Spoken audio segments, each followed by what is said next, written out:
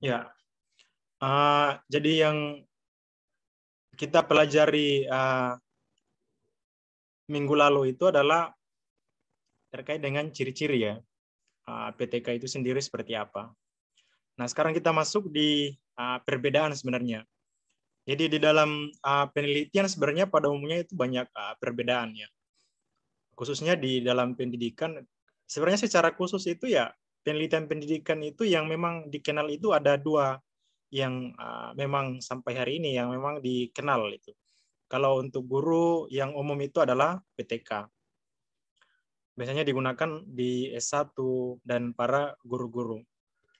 Nah, kalau yang ada namanya penelitian pengembangan, itu sebenarnya juga digunakan dan banyak juga digunakan, tetapi memang penelitian pengembangan itu sebenarnya banyak persepsi, tapi pada dasarnya kalau saya secara pribadi memang membutuhkan waktu yang agak panjang, sehingga ketika digunakan untuk skripsi itu perlu juga pemahaman secara metodologis yang mendalam.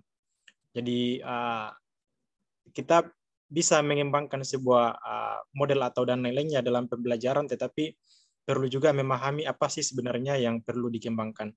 Makanya biasanya dan umumnya digunakan pengembangan itu untuk tingkatan strata 2, S2, dan S3. Meskipun di tingkat S1 itu sudah ada yang menggunakan, tetapi memang pada dasarnya secara esensialnya itu BRK sebenarnya belum masuk. Dan juga beberapa penelitian yang sifatnya eksperimen ya, tetapi kadang kurang cocok ya kalau kita gunakan eksperimen untuk manusia ya. Apalagi ini siswa ya, kadang cenderung kurang humanis ya kalau manusia kok dilakukan eksperimen uji coba sebuah metode. Nah, paling tidak kita gunakan PTK yang memang ada unsur kualitatifnya yang agak lebih menentukan ya, apakah cocok untuk digunakan atau tidak sebuah metode pembelajaran tersebut. Ini masih ada yang belum nyalakan kameranya, misalnya Arnoldina, dia matikan lagi. Beberapa saya minta untuk dinyalakan saja. Ini saya kasih peringatan Arnoldina, kalau masih mati lagi bentar, maka saya tidak anggap tidak hadir. Kalau Matricia bila, oh ya, saya anggap tidak hadir lah. Dia tidak bersama kita sekarang. Mungkin dia jalan-jalan terus Zoom-nya dinyalakan. Oke, saya coba share screen untuk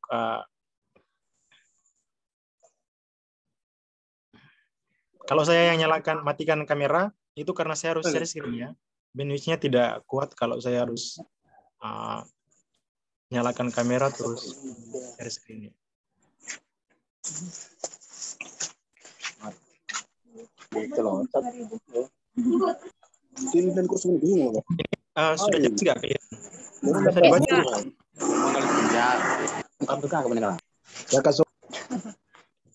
Ya, oke. Jadi untuk sekarang kita akan masuk di perbedaan. Sebenarnya sekilas sudah saya jelaskan sebenarnya apa sih sebenarnya perbedaan penelitian tindakan kelas dengan penelitian konvensional. Kalau Anda menonton kembali di YouTube itu, Anda bisa melihat bahwa penelitian konvensional itu apa. Sebenarnya PTK itu apa. Bagaimana kita bisa membedakan dengan penelitian-penelitian yang lain.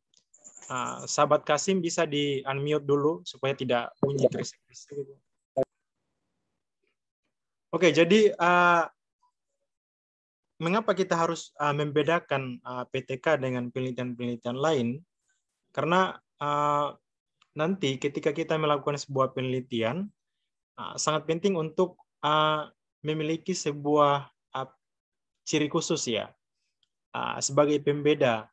Dan ini juga berdampak nantinya kepada hal-hal yang lain, misalnya yang sifatnya, katakanlah Anda yang ingin fokus ke PTK atau belum memahami penelitian-penelitian lain seperti kualitatif dan kuantitatif, Anda bisa kebingungan untuk menempatkan posisinya itu seperti apa.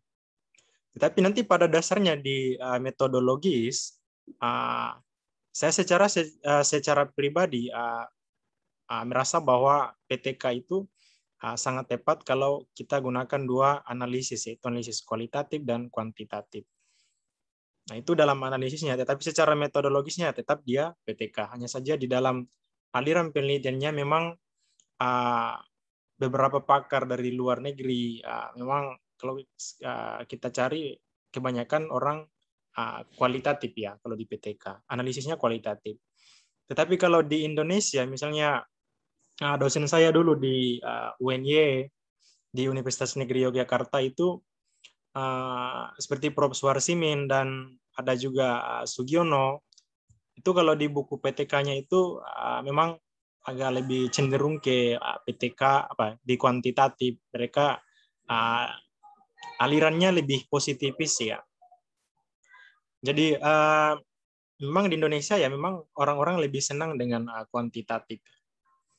Karena ya memang kuantitatif memang alirannya lebih ke praktis ya. Oke, jadi yang pertama yang perlu kita bedakan itu adalah dari segi ini ya, masalahnya ya.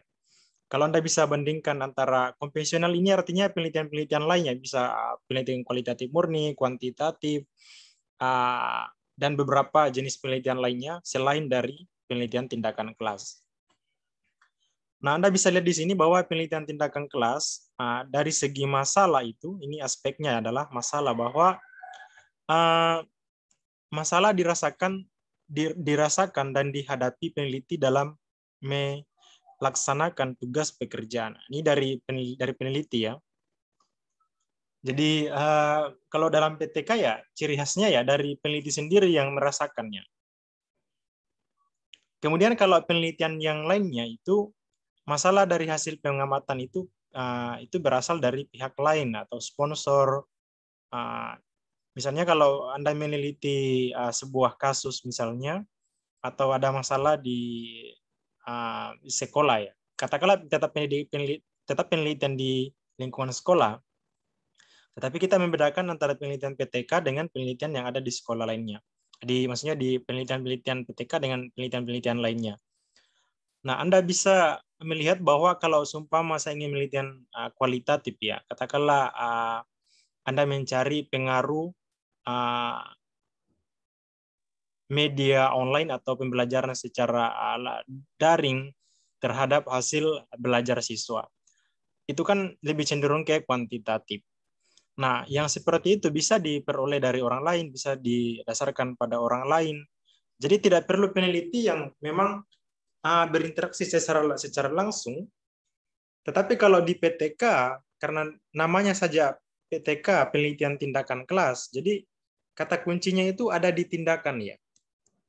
Jadi tindakan itu artinya bahwa Anda melakukan sendiri penelitian itu secara langsung.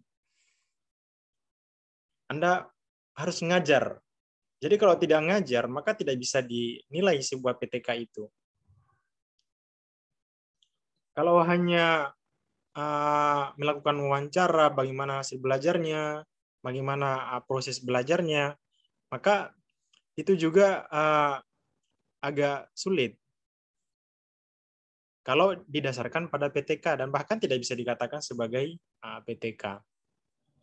Nah, oleh karena itu PTK bisa dibedakan dari sudut masalah. Jadi masalah itu bisa diperoleh dari orang lain juga. Dari PTK itu pertama bisa diperoleh dari diri sendiri. Kalau penelitian yang lainnya bisa dari orang lain. Jadi masalah itu jangan Anda langsung beranggapan bahwa masalah itu adalah sebuah case atau sebuah hal yang memang melanggar hukum ya. Tidak, masalah dalam penelitian itu artinya sesuatu yang Anda ingin kaji ya. Jadi yang membuat Anda atau yang mendasari Anda untuk melakukan sebuah penelitian. Jadi hal-hal yang membuat Anda menjadi curious, jadi penasaran. Nah, misalnya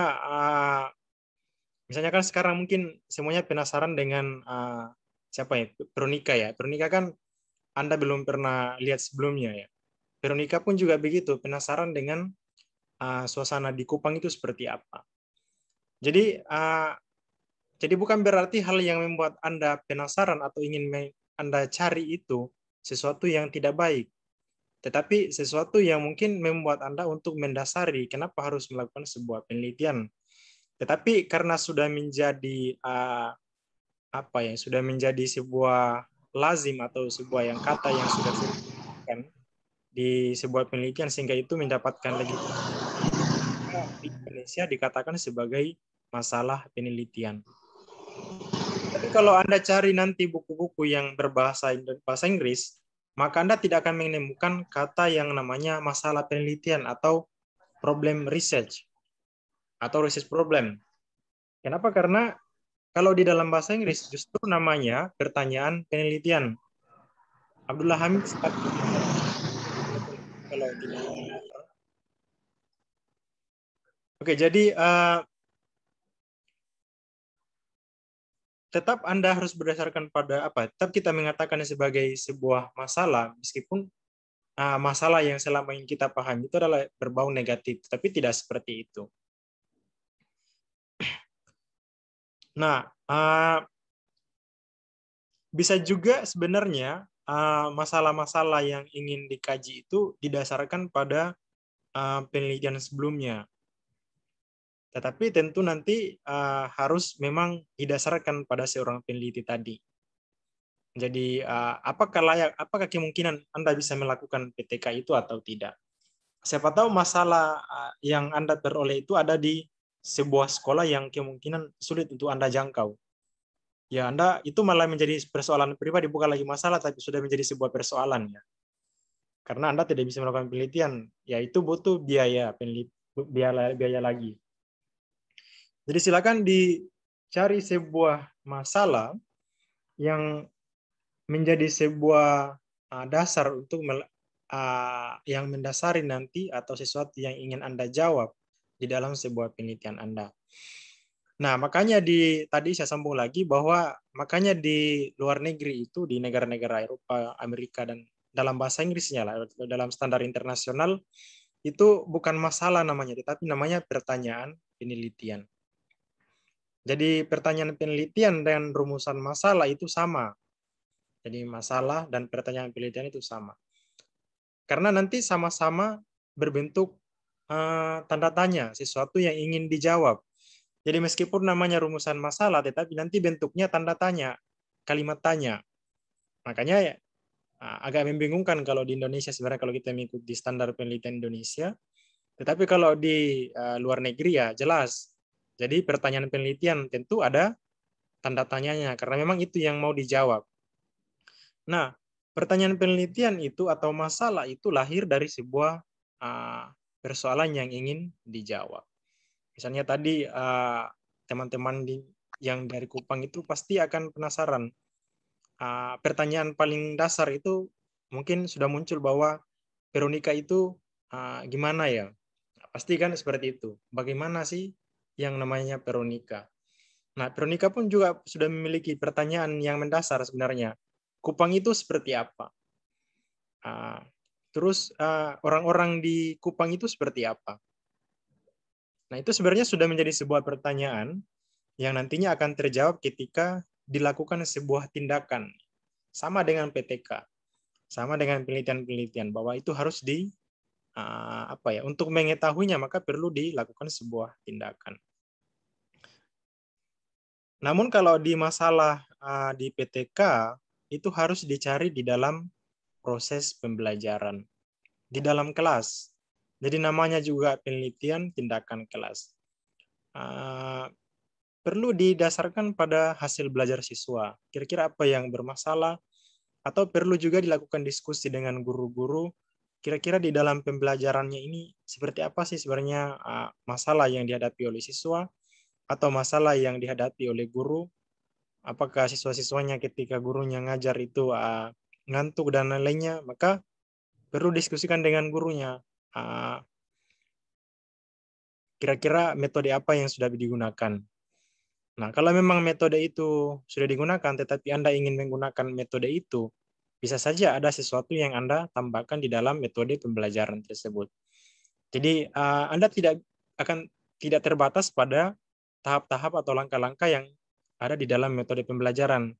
Tetapi Anda bisa mengembangkan, direfleksikan, dan disesuaikan. Dan tidak keluar dari esensi metode pembelajaran tersebut. Kalau sudah keluar, maka Anda perlu mengembangkannya. Maka Anda menemukan sebuah metode pembelajaran baru. Jadi jangan takut ketika ada perubahan. Justru kalau Anda bisa merubahnya, maka Anda menjadi seorang ilmuwan tuh. Bisa menemukan sebuah metode pembelajaran tersendiri ya. Nah, itu malah lebih bagus kalau seperti itu. Tapi nanti itu sudah akan masuk kepada pengembangan ya. Jadi penelitian pengembangan itu sudah masuk kepada penemuan sebuah metode pembelajaran. Makanya memang itu agak berat. Tidak sama dengan PTK. Kalau PTK kan Anda hanya menguji saja sebuah metode itu cocok atau tidak. Nah, tujuan ya. Sekarang kita masuk di tujuan. Nah, tujuan itu seperti apa? Ini sebenarnya di latar belakang ya. Nanti kalau Anda di pendahuluan ya di bab 1. Saya kurang tahu kalau di Gaya Selingkung di penulisan skripsi di tempatnya Veronica, tetapi penelitian itu pada dasarnya sama. Jadi saya akan menjelaskan garis umumnya saja. Nah, Anda bisa lihat bahwa tujuan itu seperti apa. Nah, tujuan pada dasarnya saya kasih gambar umum bahwa tujuan itu adalah harus ada relevansinya dengan masalah penelitian atau pertanyaan penelitian. Jadi tentu tujuan penelitian itu ingin mengetahui apa yang dipertanyakan. Jadi simpelnya seperti itu. Jadi saya ingin pertanyaan saya adalah apakah cabai itu rasanya pedis? Jadi kan jadi pertanyaan kan. Nah, kemudian tujuannya adalah untuk mengetahui cabai itu apakah cabai itu pedis. Jadi seperti itu saja, simpel.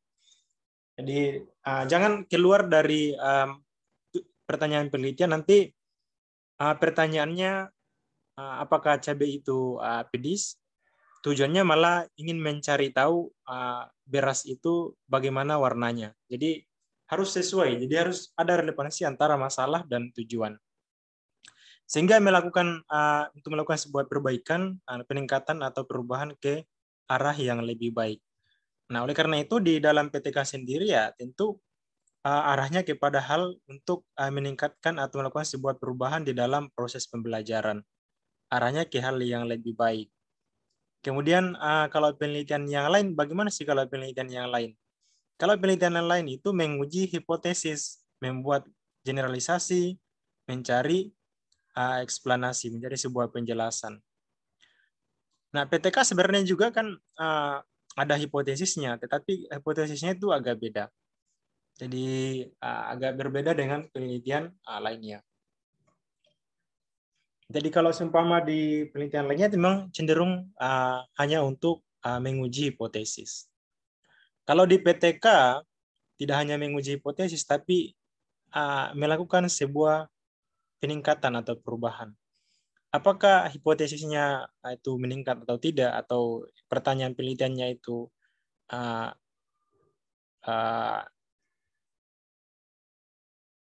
atau hasil jawaban dari pertanyaan penelitian itu meningkat atau tidak, itu harus didasarkan pada hipotesisnya tadi. Oleh karena itu, yang diharapkan itu di dalam PTK itu adalah harus ada perubahan. Jadi ketika Anda melakukan sebuah penelitian, maka harus ada perubahan dari siklus 1 ke siklus kedua. Jangan sampai tidak ada perubahan. Kalau nggak ada perubahan, ya itu dipertanyakan seorang peneliti itu seperti apa yang dilakukan. Nah, yang dibutuhkan itu ada perubahan. Entah itu hasil belajarnya atau proses belajarnya itu ada agak mengarah kepada yang lebih baik atau tidak baik. Jadi kalau dia tidak baik, jangan coba untuk dikelabuhi bahwa itu baik. Jadi jangan Anda untuk maksudnya Anda jangan merubahnya untuk selalu baik, meskipun hasilnya tidak baik karena takut ya. Jadi bukan seperti itu. Jadi berarti metode yang digunakan itu tidak bagus, maka tidak perlu lagi digunakan. Bukan berarti karena hasil belajarnya kurang atau sesuatu yang diperoleh itu kurang bagus, tidak sesuai dengan standar KKM misalnya, maka bukan berarti penelitian itu gagal dan lain-lainnya. Jadi tidak seperti itu paradigmanya. Tetapi mencari sesuatu yang objektif, sesuatu yang betul-betul nyata ya. Jangan dicoba untuk direkayasa datanya. Makanya ada namanya falsifikasi data, itu yang dihindari.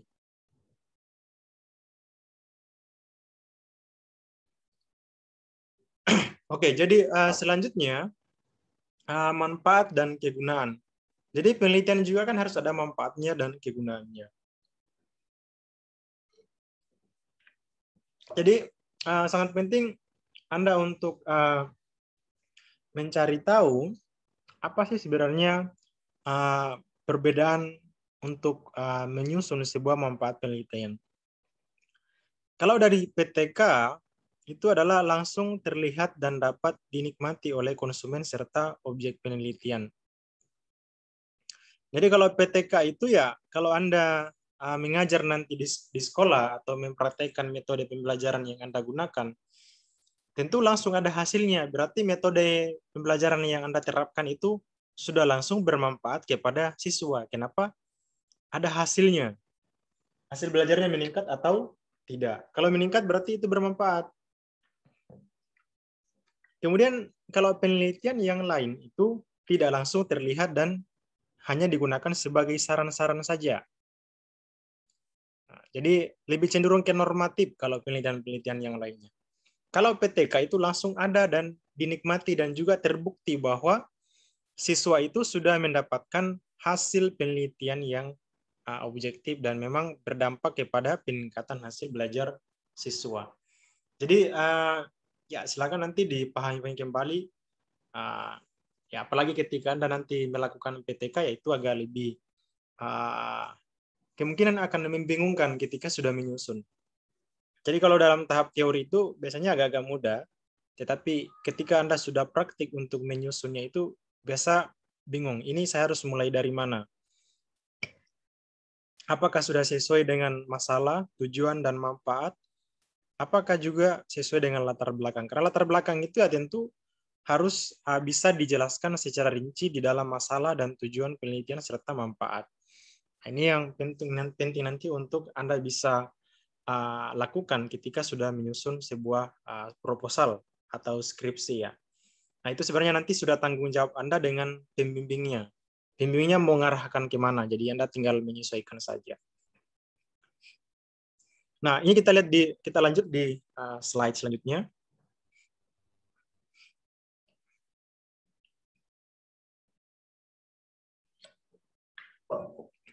Sudah terlihat ya? Sudah. Bisa ya? Pak. Sudah. Oke, jadi selanjutnya itu adalah teori ya. Teori ini sebenarnya yang Anda biasa dengar itu namanya di bab 2 ya. Biasanya kalau di bab 2 ada namanya kajian pustaka ya. Di dalam kajian pustaka sebenarnya itu sudah membahas tentang teori sebenarnya. Jadi teori itu bagaimana? Di sini kalau dari segi teori atau biasa Anda katakan sebagai kajian teori, dipakai sebagai dasar memilih dan menentukan aksi atau solusi tindakan. Jadi kalau dalam PTK itu teorinya itu lebih cenderung kepada hal yang praktik ya. Teorinya itu bisa dipakai sebagai dasar memilih dan menentukan aksi-aksi atau solusi tindakan. Jadi nanti teorinya itu misalnya yang saya bisa sebut itu inovatif kontemporer.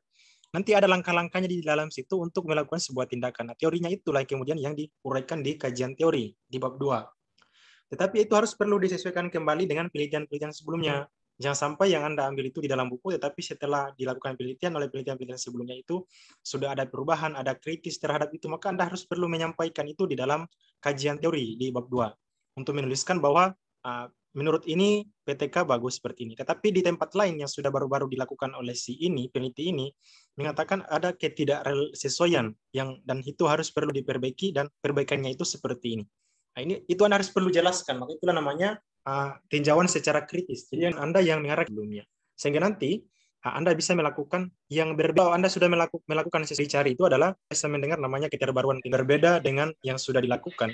Makanya Anda harus perlunya yang bisa diakses di jurnal secara online. Itu bisa dicari di Google Scholar nantinya. Saya akan arahkan nanti Anda untuk masuk ke situ dan menjelaskan sebuah PTK ya nanti di beberapa minggu ke depan. Saya berikan tugas untuk itu. Tapi silakan sekarang mulailah untuk mencari-cari PTK itu seperti apa. Kemudian selanjutnya itu adalah penelitian konvensional itu gimana sih bedanya? Nah di sini kalau penelitian konvensional itu dipakai sebagai Itu kalau penelitian-penelitian lainnya. Kalau PTK ya berbeda, karena PTK ya lebih cenderung kepada praktik. Kalau Anda nanti ingin meneliti tindakan kuantitatif, kualitatif, ya silakan saja. Tapi paling tidak Anda bisa nanti melakukan sebuah penelitian tindakan kelas. Nah, selanjutnya, untuk rinciannya nanti saya akan berikan strukturnya PTK dulu. Nah, kalau dari segi metodologi itu, atau desain, kalau penelitian PTK, penelitian tindakan konteks tanpa mengorbankan asas ilmiah metodologi. Langkah atau siklus ya. Dan setiap analisis terjadi dalam proses setiap siklus. Jadi yang membedakan siklus 1, siklus 2, bahkan sampai lebih. Ada siklus 3. Kalau memang masih penasaran untuk mencari tahu sebenarnya bagaimana. Maka siklus-siklus ini yang memang nanti Anda harus rincikan. Kalau masih proposal, itu masih siklus 1. Kalau sudah skripsi atau sudah seminar hasil, sudah ada 2 siklus. Jadi jangan langsung buat 2 siklus, tapi siklus 1 saja dulu di metodologi. Kira-kira langkah-langkahnya apa yang Anda lakukan? Susunannya itu seperti apa? Jadi PTK itu ya lebih simpel saja, mengikuti langkah-langkah di dalam tahap-tahap tadi. Ada siklus 1. Dalam siklus 1, yang pertama itu ada pengambilan data awal, kemudian ada perencanaan, kemudian ada penyusunan ini dan lain-lainnya, baru masuk ke tahap pokoknya Anda berdasarkan pada RPP-nya ya. Jadi Anda susulkan secara RPP dengan proses pembelajaran berdasarkan pada metode. Karena metode pembelajaran ketika Anda melakukan sebuah tindak penelitian kelas itu beda-beda karena mengikut dari langkah-langkah pembelajaran. Siapa tahu ada yang cenderung ke diskusi dalam belajar, jadi tidak bisa digeneralisir. Nah, kemudian kalau penelitian yang lain itu menuntut paradigma penelitian yang jelas, cenderung langkah kedua data terkumpul, khususnya dalam penelitian kuantitatif. Tetapi nanti di dalam metode seperti apa? Apakah secara kuantitatif dan kualitatif? Saran saya sebaiknya digabung saja, analisisnya kualitatif dan kuantitatif agar memperoleh data yang lebih akurat. Meraba-raba masih bingung ini seperti apa, tetapi ketika Anda nanti sudah melakukan mempraktekkan, nah mulai sekarang saya minta Anda silakan mulai sekarang mencari. Biasanya di kampus saya dulu itu banyak UNY, Unisana, siswanya diskusi ya.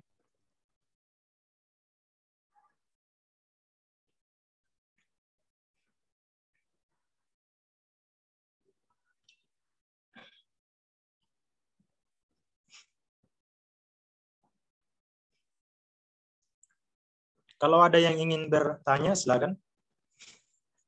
Nanti temannya yang lain bisa bantu untuk menjawab, baru kemudian saya bisa lanjut.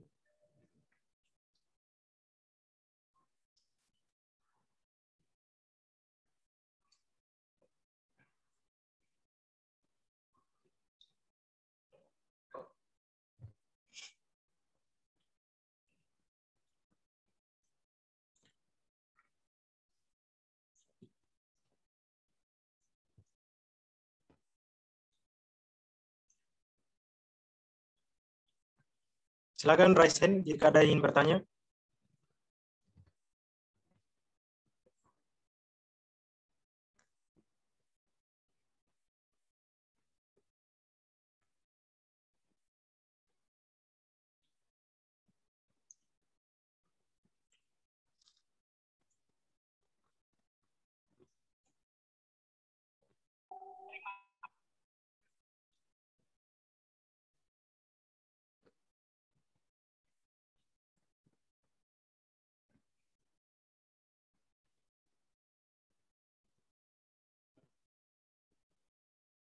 Suara saya bisa didengar nggak? Bisa.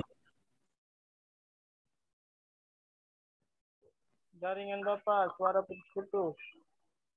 Ya, sebenarnya bukan jaringan ya. Laptop saya kayaknya agak berat. Silakan jika ada yang ingin bertanya atau silakan jika ada yang didiskusikan.